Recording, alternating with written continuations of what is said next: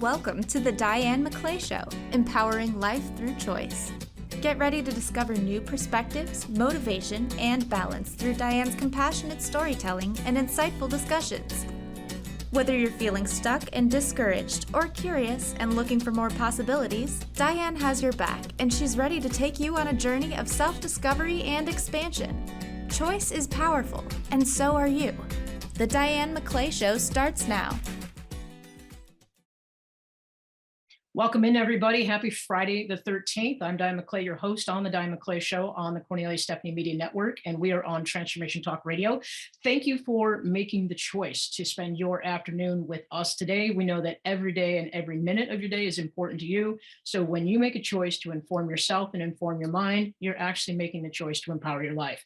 I'm super, super stoked today to have one of my friends, a personal mentor of mine, a man that I've literally been working with for the last year on a really incredible project called The Power of Perspective.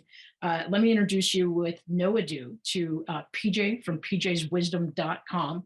He is an international speaker, success strategist who actually focuses on results. He actively promotes peace, love, and persistence in his everyday life and all the work that he does. And he's considered one of the world leading authorities on overcoming obstacles in terms of he's the world's leader in overcoming obstacles. And PJ, I'm just going to say, I'm going to stop your bio right there because your accolades are far too many to mention. Despite your disability, you've won awards. You've been an activist in terms of sailing, skydiving. You were a former wheelchair athlete. You were nominated to carry the torch. Your awards, your accolades, and how much people love you. The list just goes on and on. So let me just stop there and say, welcome to the show. Thank you for saying yes to me a year ago. Thank you for saying yes to me now. And just say hi to everybody and tell them something that I might have missed. Like, tell them how great you are. Well, hello, beautiful people. And thank you, Diane, for such a kind way of introducing me. And as far as accolades go, or the activism, not really an activist as much as an active person. I just like to live. The truth is, like, I was only expected to live until I was 7 years old. I have a very rare form of muscular dystrophy, and I turned 53 a couple of weeks ago. So I've lived 46 years longer than I was expected to. I think I have the math right on that. And so for me, I want to keep living. I want to live another 100 years at least. Why? Because I like life. There's so many fun things out there. There's so many delicious flavors and tastes and smells and sights to see and people to meet and things to do and people to hang out with and jokes to laugh about. Like, there's so much delicious in life that I don't want to die without having tasted everything that it possibly can. Excuse me. And when I die, I want to be like, hey, God, that was cool. When can I go back? Because I really believe that everybody should live their life in a way that makes them happy and fills them with joy. The more you actually live like that, the better the world becomes. Because when you have happiness, you can share happiness. When you don't have happiness, it's really hard to share something you don't have. And again, all I need to do, I have chills right now running up and down both my arms and the back of my neck. This is the energy that I love connecting to, and you never don't bring it. That's bad English, sorry, Mom. But this level of enthusiasm for life, for loving life, for taking things on. When I met you over a year ago, and we've never met in person, but I feel like we've just been best buds for the 53 years we've been on the earth. Like your belief system, your energy, it's so engaging and it's so energizing and it's so contagious. And that's one of the reasons why I wanted to have you on the show is I feel like there's a lot of negativity in the world. There's a lot of self-loathing. There's a lot of self-hate. There's a lot of judging of how we show up in the world. And what's awesome about you, this image I have in my head right now, is you're like this enthusiasm, energetic snowplow, where you're just pushing away all of the crap. And what I know to be true about you is even if you don't intentionally try to take on a client, you are committed to whoever is in front of you in the moment to help them identify that one little thing that might be holding them back. So do you want to talk a little bit about that and why that, and then we'll kind of tie into this project that you and I are building right now with Nikki Ganjemi on the power perspective. Sure, Like, absolutely. does that contribute to your life, I guess? What do you mean? Does that contribute? Well, does it contribute to that joy, that happiness? Like when you can help somebody and you help them remove a barrier. Oh yeah. What does that do for you? So, okay. So first of all, what does that do for me? It makes me feel like I have some value.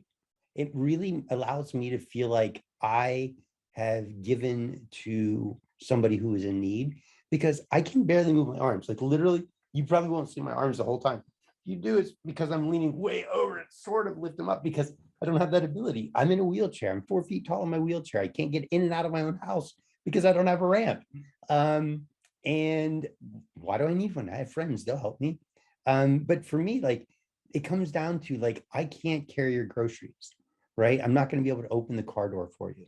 I can't pick you up if you fall, but I can be there if you fall emotionally. I can be there if you need a hand. I can be there if you need a shoulder. I can be there if you need a friend. I say this all the time on so many of the interviews that I've done over the course of my years. I say, if you can find me, you'll always have at least one friend. And I mean that, because I don't want anyone to ever feel isolated or separate or alone. Not now, not ever. I want everyone to feel loved, welcome, connected, wanted, nurtured, loved. And so that's really critical to who I am. It's one of my core values: kindness, love, gentleness, compassion, sincerity. All of that ties into who I am as a person and what I want everyone else to be able to feel. I want people to feel loved. I want people to feel wanted. I want people to feel and recognize and know that they matter, that it's okay for them to live how they want to live. And it's okay if they get things wrong, because it's not really failure. It's just feedback. Well, that didn't work. Okay, let me try something different.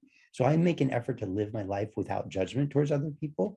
I make an effort to really be open and accepting of where somebody is, recognizing that even some of the most horrible creatures on the planet, and there are a few of them, even if we look at them and we go all the way back, we rewind in their timeline, probably they had something going on in their past that caused them to shift and move in this direction.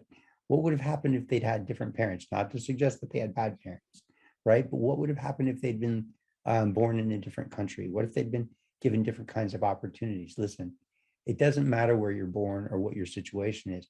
Ultimately, you still make your own decisions. I still make my own decisions. I'm still responsible for myself. Everyone else out there is still responsible for themselves. But there's definitely influences that we experience outside of us. And if we don't pay attention to what's coming into us, we don't filter those in as they come in to say, oh, I like that, I want some more of that. Or nope, I don't want to be like that. I don't want to bite back. I don't want to fight back. I don't want to argue. I don't want to be mean. I don't want to be cruel. If that's what works for you, that's what works for you. But I'm going to receive that and attempt to be calm and quiet and gentle and kind and loving, because I want you to be able to calm down and feel like, oh, somebody's listening to me. I matter. My voice has significance. And if I stay calm, what I find is that most other people eventually calm down because they're heard. So it's real easy for me to agree with somebody because I make an effort to understand that. Once I can understand somebody, now they're open and receptive to what I might share with them, because until they get out what's in them, they're full. I can't share any other wisdom with them. So I don't know if that adds to what you're looking at. And let me say this: I've never been called a snowplow before. A snowplow. I love that. I'm 4 feet tall in my wheelchair, weigh maybe 100 pounds on a I feel bloated day. And like, I'm not plowing. Listen, if I'm stuck in the snow, I am stuck in the snow. No, you are anywhere. Your energy, your enthusiasm, your wisdom, I mean, everything you just said in that last 3 minutes is it's so delicious. And I don't know how people can have anxiety, fear, animosity, anger, hurt, pain. I don't know how. I mean, I know they can have it, but it's kind of like, I feel like you are to people as gratitude is to our feelings. My personal belief is if you're physically expressing gratitude in the moment, it's impossible to feel negativity, anger, resentment, regret in that exact moment. And I feel like when you're talking to people, even if it's just for a brief moment in time, I feel like you push away all that stuff, all those excuses, all that language, all that belief system that holds us back from being our true, and authentic is an overused word, but really the true, whole, balanced, delicious self that we all have the capacity of putting into the world. And that's why I'm super stoked about this project that you and I and Nick and Jemmy from Mindful Matters that we've been collaborating on for a while. So I kind of want to dive into that. Like you Can and we I dive bonded. into that in just a sec? Can I add? Yeah, can of okay, course. thanks. Because I really appreciate what you're saying about me. Thank you so much. And I think there's a piece here that's really important for people to recognize. How do I do it? How have I done it? Why do I do it? I remember being 18. I don't think I was 19. I might have been 19. I was 18 or 19. I was 18. And I went into my first Buddhism class. It wasn't my first experience with Buddhism. My grandparents lived in Japan for 10 years during my childhood. So I had some semblance of an understanding of what Buddhism might be. And then when I was, I was 19. Okay, so anyway, doesn't matter how old I was. I was 19. When I came back from college my first summer, my sister's 13, and I'm like 18 or 19 at this point. She goes, 19. She goes, read this book. And I was like, Carrie, I don't read. She goes, read this book. I'm like, Carrie, I don't read. She goes, read this book. And I was like, fine, whatever. So I read this book, and it's Siddhartha by Hermann Hesse. It's a story, the story of the Buddha. And as I read it, I'm like, oh my God, this is what I believe. Oh my gosh, this is what I believe. This is how I believe. I didn't know that there was anybody else on the planet that believed like I believed. I didn't know anybody thought like I thought. So it massively shifted the direction that I was going in my college career. I shifted and started taking religion classes, eventually becoming an international studies major with a concentration in religions and cultures.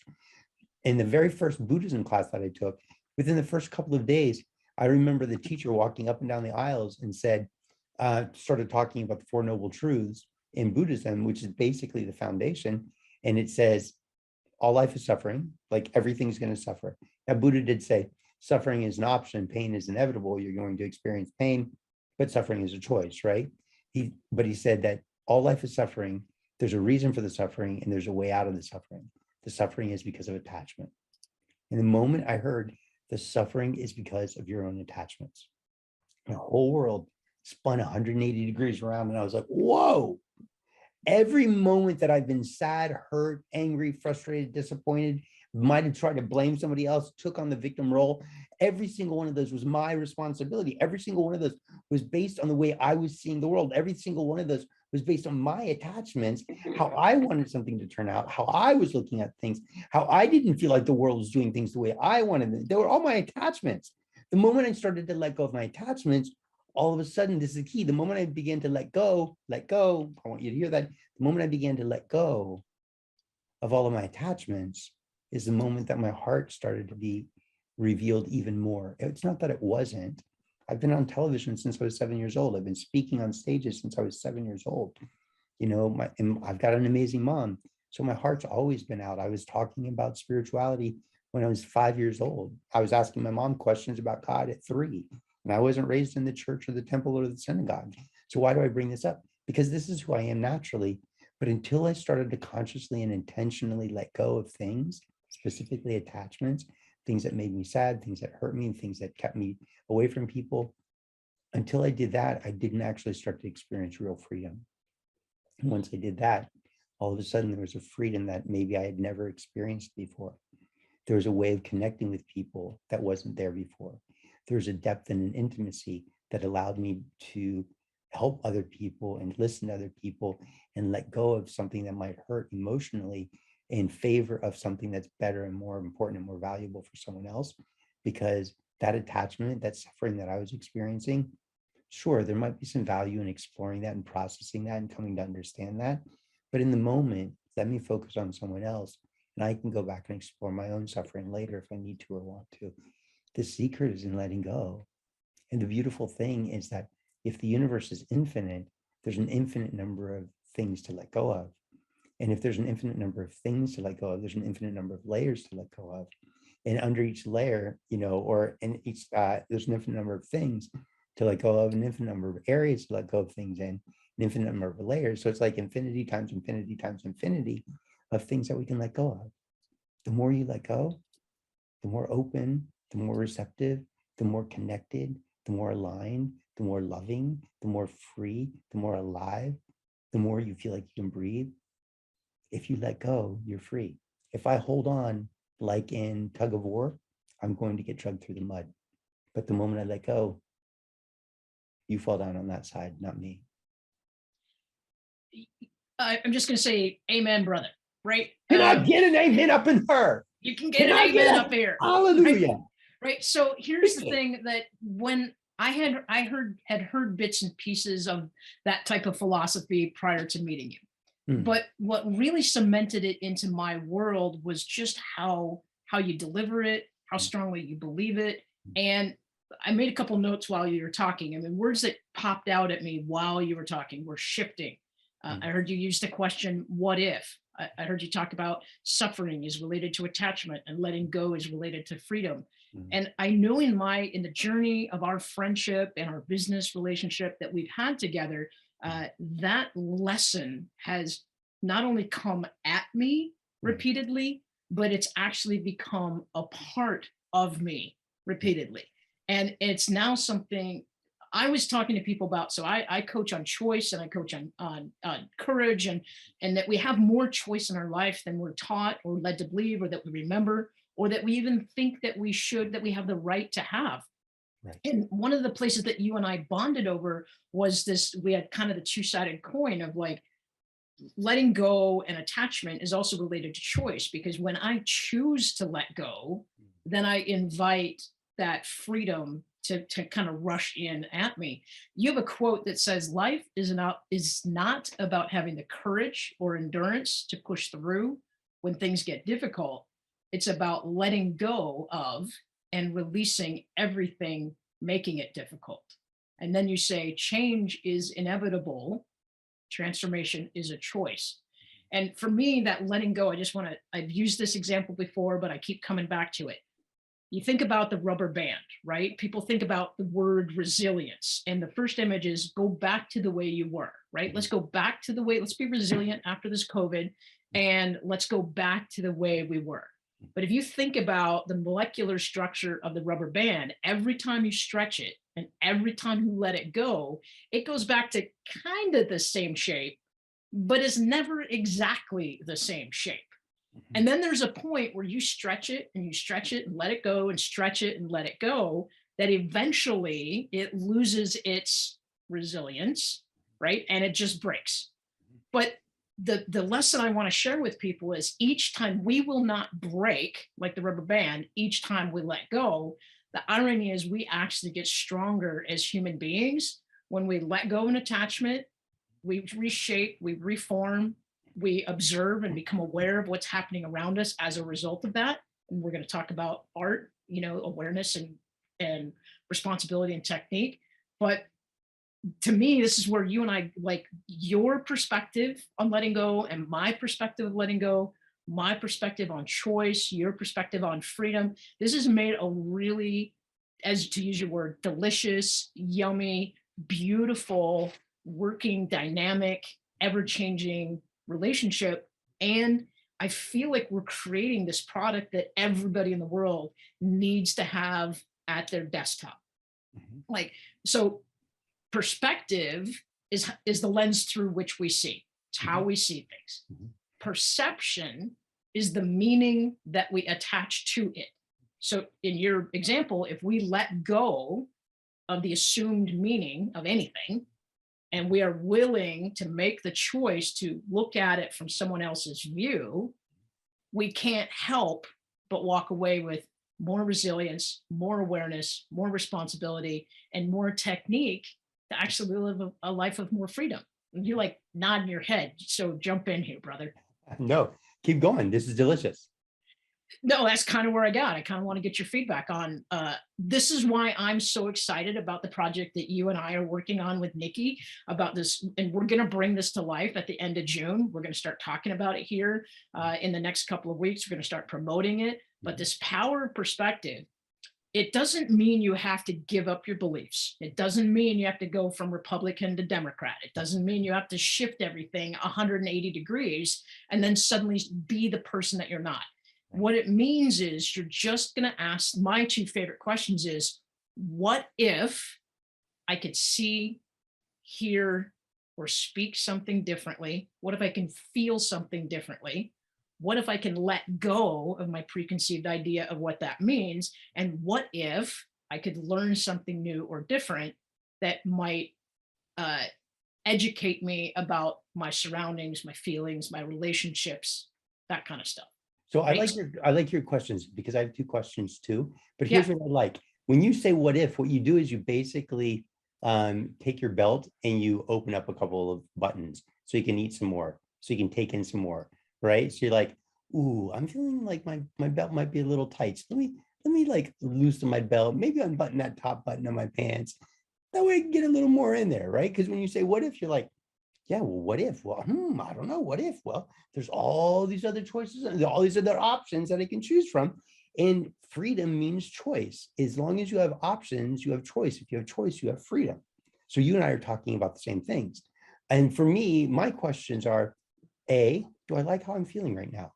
Because you never ask that question. If I'm skydiving, I don't ask that question. If I'm indoor skydiving, I don't ask that question. If I'm hanging out with friends and everybody's laughing and joking and food is delicious and everybody's having a great time, you don't ask, do I like how I'm feeling right now? Because you're just in the moment. You're in the moment. You're in that presence with everyone else. And I make a clear distinction between being in the present and being in the presence with a capital P. Being in the present is limiting based on the five senses. Being in the presence is liberating. Whole nother conversation. But anyway, my questions are A, do I like how I'm feeling right now? And of course, I only ask that question when I don't. So the answer is always no, I don't. So question B is, what would I rather feel instead? Right? What would I rather feel instead? So you could say, well, what if I felt this? Oh, well, if I felt like that, I might feel like this. I might feel like this. I might feel like this. So it's still real cognitive, right? But if I ask for myself, if I say, well, what would I rather feel instead? It's more visceral. It's more in my body. I'd rather feel this, right? And then really the next stage, just I'm sure you and I have the exact same next stage, which is, well, what's the choice you're going to make? What's the decision? So for me, I go, okay, well, what would I rather feel instead? And almost inevitably, three emotions pop up. Now I don't create them. They come through me. What would I rather feel instead? Joy, happiness, laughter, love, humor, compassion, patience, curiosity, wonder.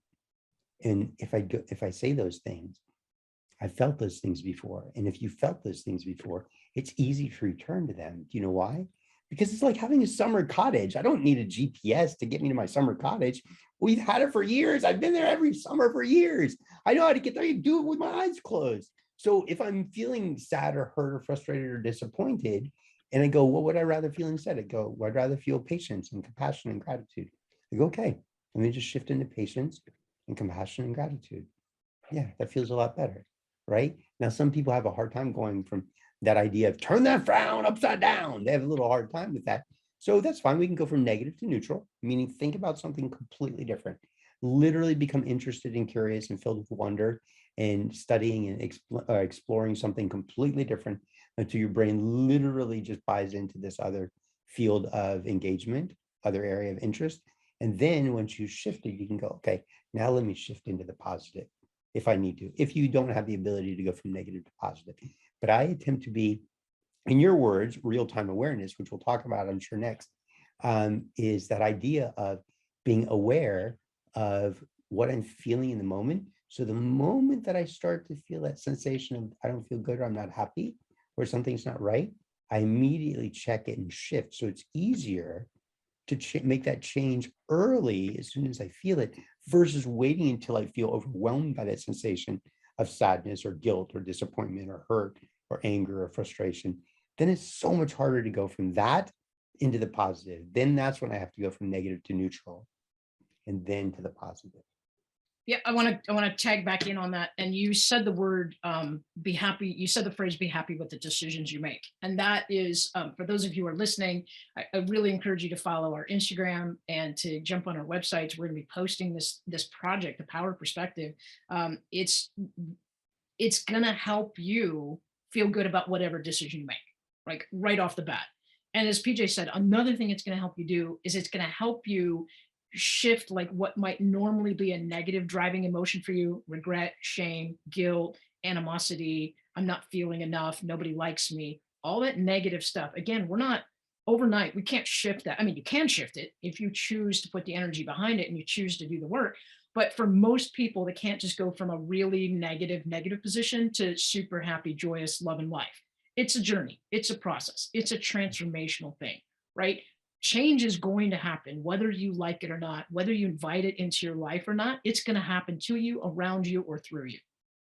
It's What you inevitable. do, it's inevitable, right? But what you do with it, how it defines you, if you want it to define you, completely is within your power and your control. And that's another thing. If you're in a position in your life where you feel like you just don't have any control of your life, you're checking all the boxes, you're trying to get to that next level, but it doesn't matter what you do, it's kind of doesn't come, the reward, the acknowledgement, the thing that you feel you deserve because you've been working so hard, that can eat away at the soul. It can eat away at living, as you say, PJ. And this power of perspective, we have techniques. Like we literally have implement this thing today, and I guarantee you're going to start looking at the world differently type things.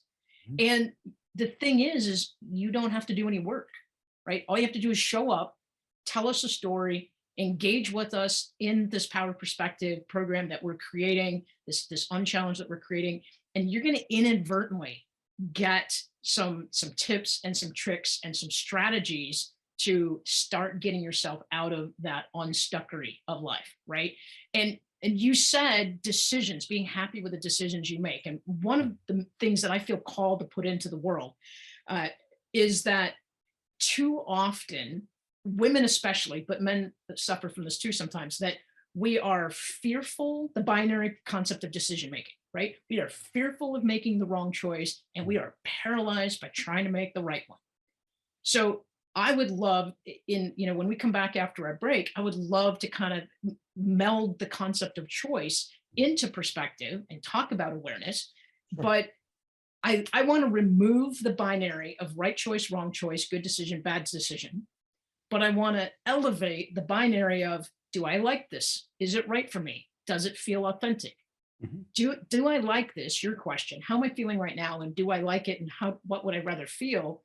You can say, yes, I like this. No, I don't. And that's very binary. And that gives you information. But Yes. it gives you expansive information Yes. where you can grow, rather restrictive information, which is right or wrong, which is a societal judgment that other people have said. Yeah, So and just like you're talking about gathering the data, right? As I'm moving forward, if somebody is so paralyzed because they're so worried about making the wrong decision that they're paralyzed, they can't make a decision. The thing is, if you do something and you move forward, the benefit of moving forward is that you're collecting data points. You're like, oh, I like this, I don't like that, I really like this, I really don't want that ever again. And so the fact that you even reference data is critical, because that allows people to feel like, oh, if I move forward, then I can feel what worked and what doesn't work. I can move in the right direction. exactly. So we're talking about moving forward in your life. We're talking about empowering your life by choice. My guest is PJ Dixon of PJ's Wisdom. That's PJSWISDOM.com. We're going to take a break real quick. We want you to come back and stick with us, because we are really seriously going to give you some tips on how you can change your life and you can actually be free. Thanks for tuning in. Catch you on the flip side.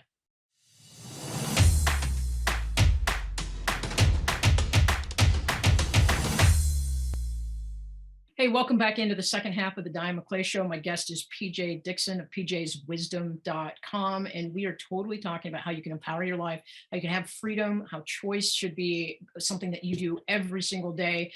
There's so much good stuff here. You're going to have to go back to the replay and go back to it on my YouTube channel or on PJ's page when he gets it loaded, and just catch all the juicy, good, delicious stuff that we've been talking about. So before the break, we were just talking about choice and changing the binary concept of people being locked in between that dead space of fearful of making the right decision and being paralyzed by trying to make the right one. And PJ, you were talking about questions that are important to you. Do I like how I'm feeling right now? Yes or no? And then once we decide that the answer is no, then you can make a choice and say, what would I rather feel instead? And what's the choice that you're going to make to actually move yourself forward? So let's jump in a little bit about, I don't know, art, the kind of the 3 steps you're talking about, your feedback on this project that we're working on that's going to come to life here at the end of June. We've got about 25 minutes, so let's give people their money's worth on this Friday the 13th, and let's leave them with something that they can actually implement, as soon as they turn the radio off and pull their car over. Sure. Listen, I would say that you're an artist, and as an artist, you create art, right? And whether you know this or not, you create art every moment of your day. Art stands for awareness, responsibility, and technique. Now, you can have awareness or you can lack awareness. You can take responsibility or you can be reactionary. But I believe that being a slave, or that reaction is a slave action. So we don't want to be reactionary. We want to take responsibility. And rather, you can have a technique or a strategy for what you want to do, or you can do nothing, right? So all of these have an A or B, a binary option, an on or an off, basically. So awareness, responsibility, and technique. And the fact is that they all exist inside of each one. So if I'm aware, there's the level of responsibility of being aware. And there's a technique that lends itself to being aware. If I'm responsible, I'm aware that I'm being responsible or that I'm in reaction mode. And there's a technique for being responsible. If I'm in technique and I'm working on a particular strategy to solve a problem or to make a better connection or to accomplish a task, there's an awareness that I'm there and I'm focused, and there's a responsibility because I'm doing it, and whatever the technique is, or the activity that I'm engaged in. So every moment you're in art, and every millisecond your brain is cycling through this concept of art: awareness, responsibility, technique, awareness, responsibility, technique. You can't get out of it. It's just part of it.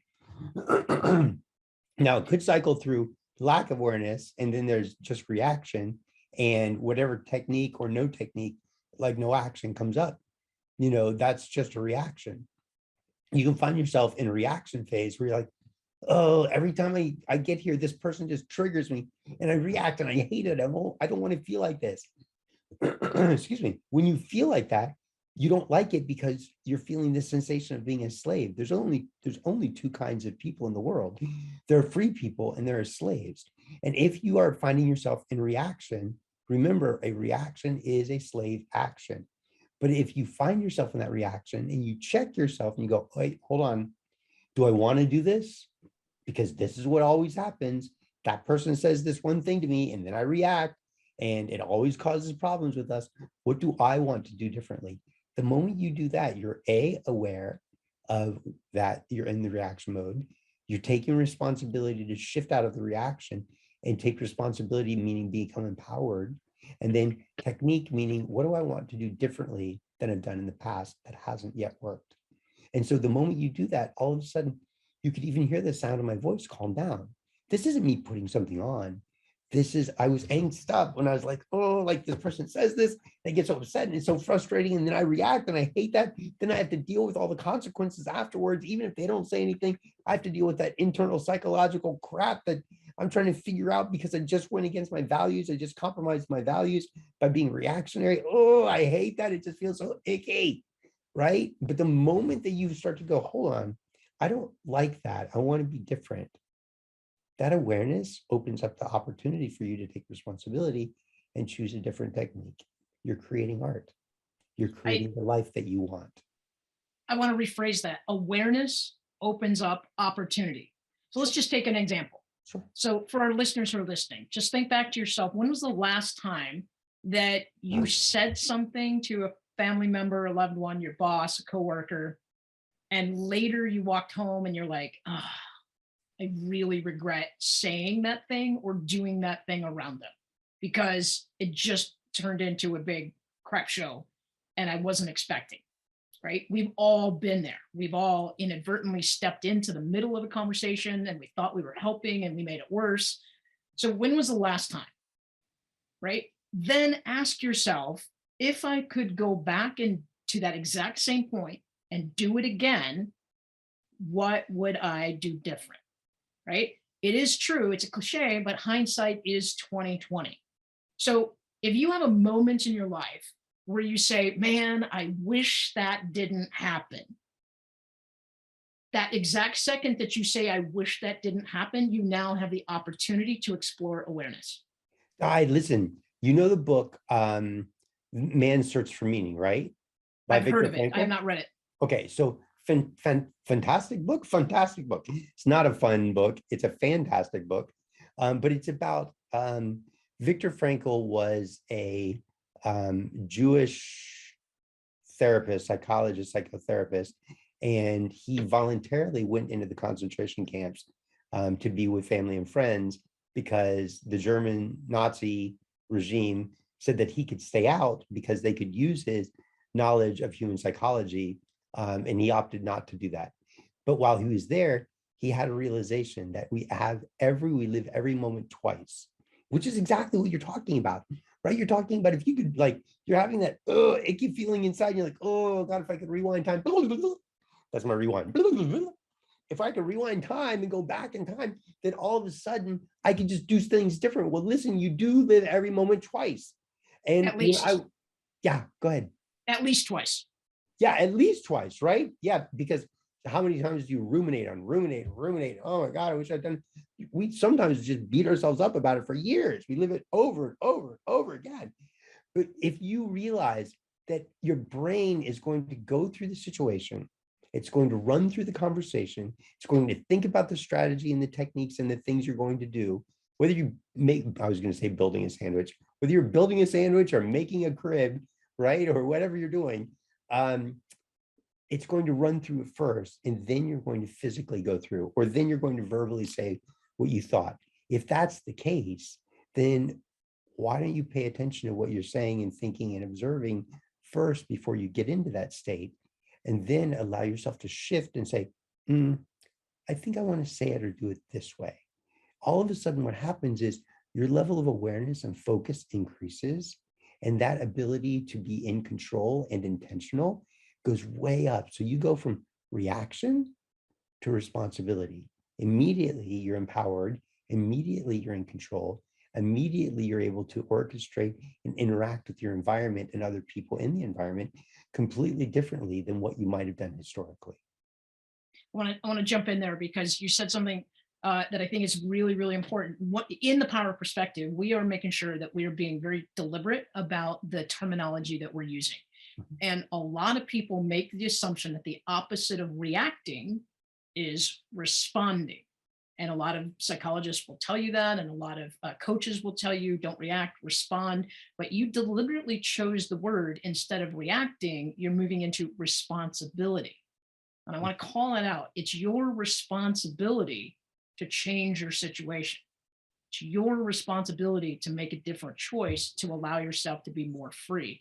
It's your responsibility. And that's responsibility sounds like a heavy word, especially for people who are working and parents and they've got all these obligations, but you owe it to yourself for you to live this joyous, delicious life, to love life the way PJ does. And not even, and to do it in your own terms, you owe it to yourself to take responsibility for those moments that make you feel less free, and to take action to move yourself into a place of more free. Let's soften it even more. Respond, right, sort of has this hard D on the end. Respond, like it's a command, like I have to do something. Eek, like I feel like you're kind of trying to enslave me when not you being a general term, when somebody says you have to respond, give me a response. Oh.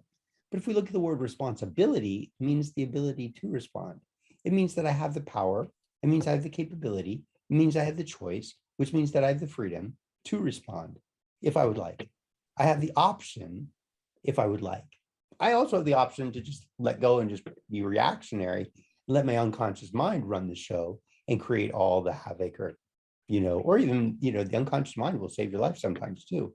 But that part of your brain designed to protect you and keep you alive does not always benefit you when it comes to being involved in relationships of any kind, because sometimes it tries to protect you at the expense of the relationship. So not always great, But if we feel like, oh, I have to respond, you don't have to.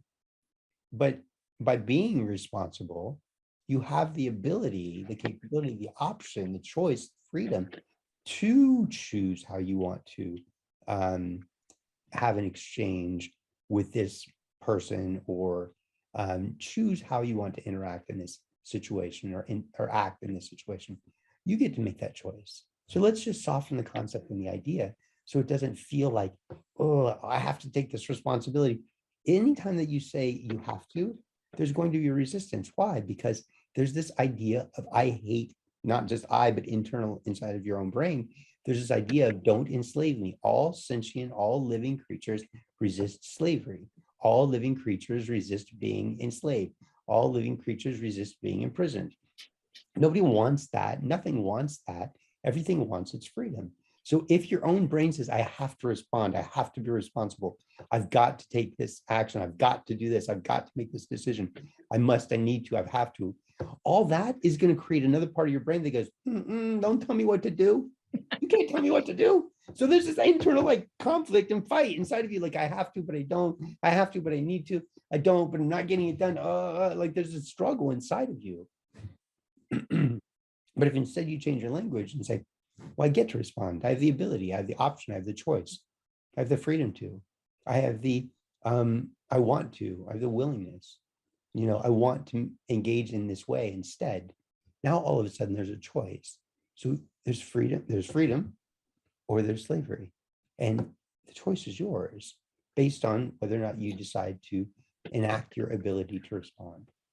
Or and tying it back into the concept that you learned from Buddhism is that, you get to have freedom, or you get to have suffering, attachment and suffering. Right? Yeah.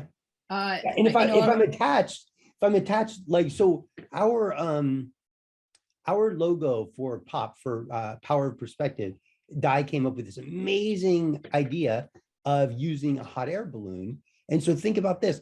A hot air balloon, everybody finds them beautiful. They're amazing. People want to go up in them. So many people are like, I've never done that, but I'd really love to do that.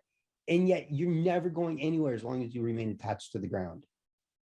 But as soon as you start to lift the weights, lift those sandbags off of the ropes, right? Take the sandbags off of the basket. As soon as you start to let go of the attachment to the earth, wow. Or your attachments to obligation, or your attachments to even the belief that I have to do something, or I have to behave in a particular way. As soon as you start to let go, you start to lift, you start to rise, you start to float away in a really beautiful way. All of a sudden, there's a freedom, there's an elegance to your next movement that wasn't there before, because it wasn't allowed to be set free, or it hadn't been yet set free. Thanks. Yeah, thanks for bringing up that kind of picture. And so for our listening audience, I'll post something on my Instagram of kind of what we're talking about with the balloon. But you remember, like, the upper part of the balloon, they're all colored, and a lot of times there's vertical pieces of cloth that maybe they have words on them for an advertiser. Well, our balloon for the Power Perspective, like, if you let go of the attachment to words would be one of those banners, meaning. Words, meaning, perception, language, tone of voice. We have a whole bunch of things that really make up the top piece of that balloon. So if I choose, like, if I'm having a conversation with my family and there's a certain word, it doesn't have to be a bad word, just there's a language set that I use that creates irritation with somebody in my family, I can be attached to using that word because that's what I want to use. Or I can actually choose to let go of those words and either replace them or maybe not say anything at all. I now have choice if I let go of the typical things that I usually do to communicate with my family. And that's what we're talking about. We're talking about sharing with the world simple, everyday ways of letting go and creating freedom. And it's easier than you think. Like, a lot of our listeners might be like, oh, I can't let go of that. Well, you can. Maybe you let go of a piece of it. Maybe you let go of a percentage of it. Maybe you let it go for a week and then come back to it. There's a lot of versions of letting go that will just give you information along your journey. And here's the beautiful thing about humans in general, right? As soon as, I mean, if you're walking, and PJ, sorry, this relates to you if you're kind of moving forward, you Don't can worry, kind you're of so spin in funny your wheelchair. because I'm in a right? wheelchair. If you're walking, that doesn't Right. exclude me. I Right. say it all the time. But I So mean, funny. like if you're walking to work, Yes. literally your one foot is moving towards where you want to go. And at the exact same time, the other foot is leaving where you don't want to be. Yep. Like, I mean, that is just a ridiculously simple and beautiful concept. So guess what can happen? Have a light falling over. What can happen is whether you're in a car or a wheelchair or you're walking or you're on a bike, if you go in one direction and you don't like where you're going, all you have to do is turn and go in a different direction. It's that simple, half a degree, a millimeter. As soon as you pivot, as soon as you step one way or the other or turn one way or the other, you're not going in that direction that makes you feel bad. You let go of that committed plan and you commit to something that makes you feel better. I teach martial arts. I think you know that. Yep. I teach martial arts and I've been training since I think 88. And I've been teaching since 97. And so Americans take these big, long steps, right? And so when an American takes a step, part of the reason that they slip and fall on ice, for example, is they take a really long step and there's a commitment that once they reach out and their foot hits the ground, that, you know, they're committed because they're pushing off with their back foot and they're reaching out and extending for their front foot, and nothing is straight down. It's like I'm letting go of the past, or I am reaching for the future.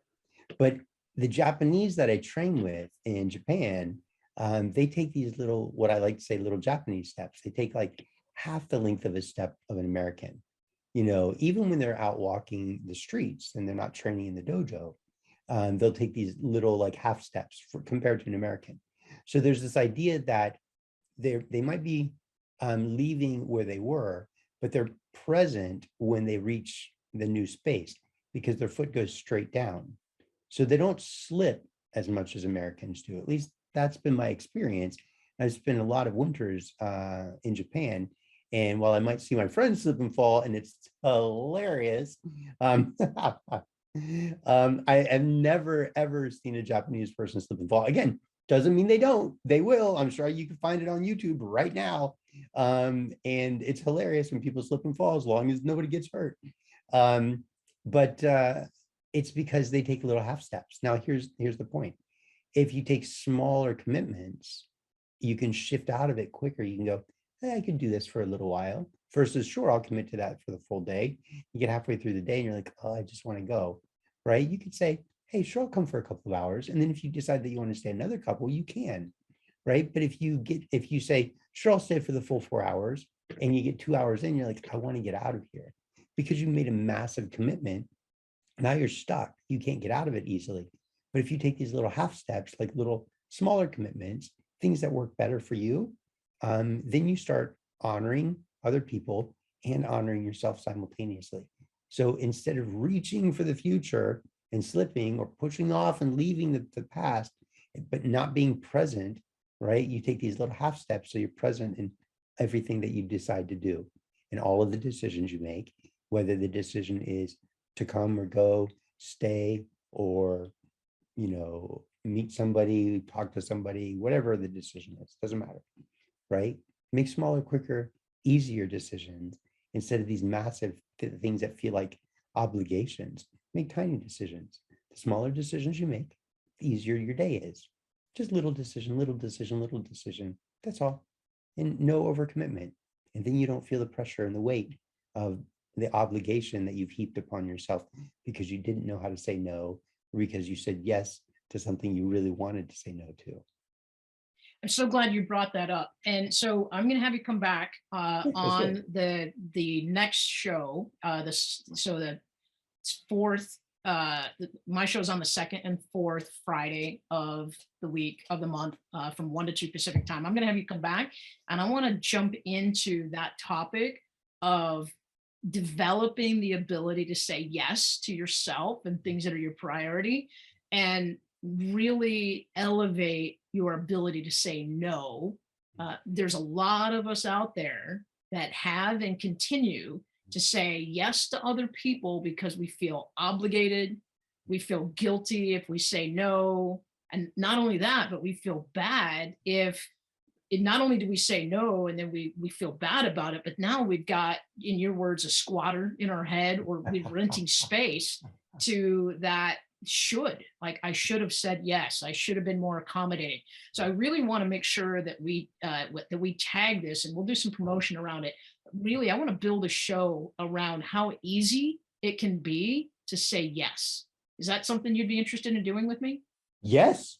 See, look at that. We just did it. Look how easy it is to say yes. Absolutely. Right? I think it'll be really fun, and we'll start small, right? Start Right. just by like little steps. Like, how do we make micro decisions to say yes to, instead of these massive commitments that overwhelm us with that sense of obligation? So absolutely, that sounds fun. And you said something that I wanted to bring up. It was about pop. I'll think of it in just a sec. I'll think of it in just a second. Okay. So anyway, go ahead. Well, I was just going to say that I know you are an international speaker. I know that you make yourself available to give motivational talks to corporations, private individuals, clients. I know you do some coaching. Take a minute and plug how people can reach out to you, how they can work with you, and also why they should work with you. Tell people why you're the person who needs to be talking to their client base or their corporation to help change the world with love and, the 3 things you believe in. Well, thank you. I really appreciate that. That's super cool. So why should somebody hire me? Well, I think there's a clear distinction between speaking and doing success strategy work, either with a corporation or with an individual or a couple. So in terms of speaking, why should somebody hire me? Because I'm one of a kind, baby.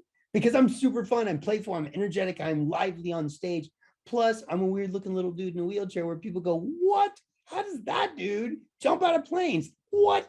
How does that dude aqua jet pack? How does that dude do martial arts and skydive and indoor skydive and aqua jet pack and snow ski? And like, what in the world? Like, it blows people's minds. And the benefit of that is it breaks them out of their mold. It breaks them out of their shell. And what's the benefit of that?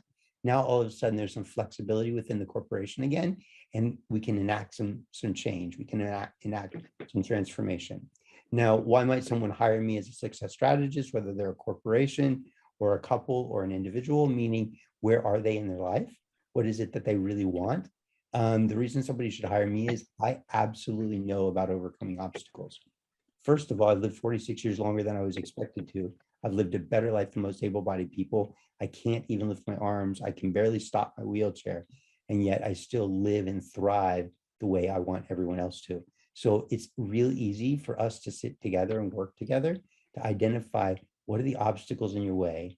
How can we let those go? And the moment you start to let things go, there's a freedom that appears in front of you. Now you get real choice. So if you want to find real choice, if you want to find real freedom, let's find somebody who understands what it means to let go of the obstacles and the resistance and embraces the opportunities. I think it's well said. And I just pulled up your website. It's www.pjswisdom.com. So PJs without the apostrophe, pjswisdom.com.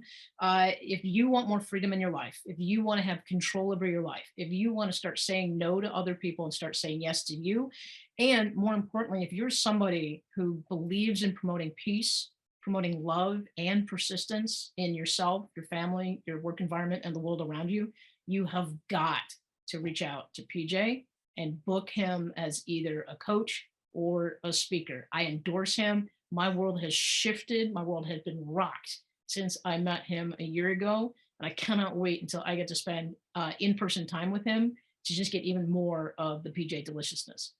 We got to wrap it up, PJ. I'm going to give you like 30 seconds, final word. Okay, final words. Seek not to love more, but instead to remove the obstacles separating you from love. Seek not to love more, but instead to remove the obstacles separating you from love. You can exchange that word love for anything. Seek not to work harder, but instead to remove the obstacles separating you from that type of work you want to do. It's all about letting go. It's all about letting go. We're going to have to let our audience go now so they can tune into the next show on Transformation Talk Radio. You will be able to find a replay on my YouTube channel in a couple of days. So please check it out. Lots of good deliciousness. PJ, you'll come back, I'm assuming. Yes. Thank you for being here. Thank you for being you. Thank you for contributing your gifts and energy and talents to the world. Thank you. I love you guys. All right. Thanks, Di. I love you. Love you too. Bye. Bye. Thank you for listening to The Diane McClay Show, where you are empowered to enact change in your life through choice. You know that little voice in your head that's been telling you to pursue that passion project? Or maybe it's been screaming for you to go outside and explore the great outdoors. That voice is you, and you deserve to be heard. Listen, make a choice, make a change, and watch yourself grow. For more information about Diane or to work with her personally, visit dianemcclay.com.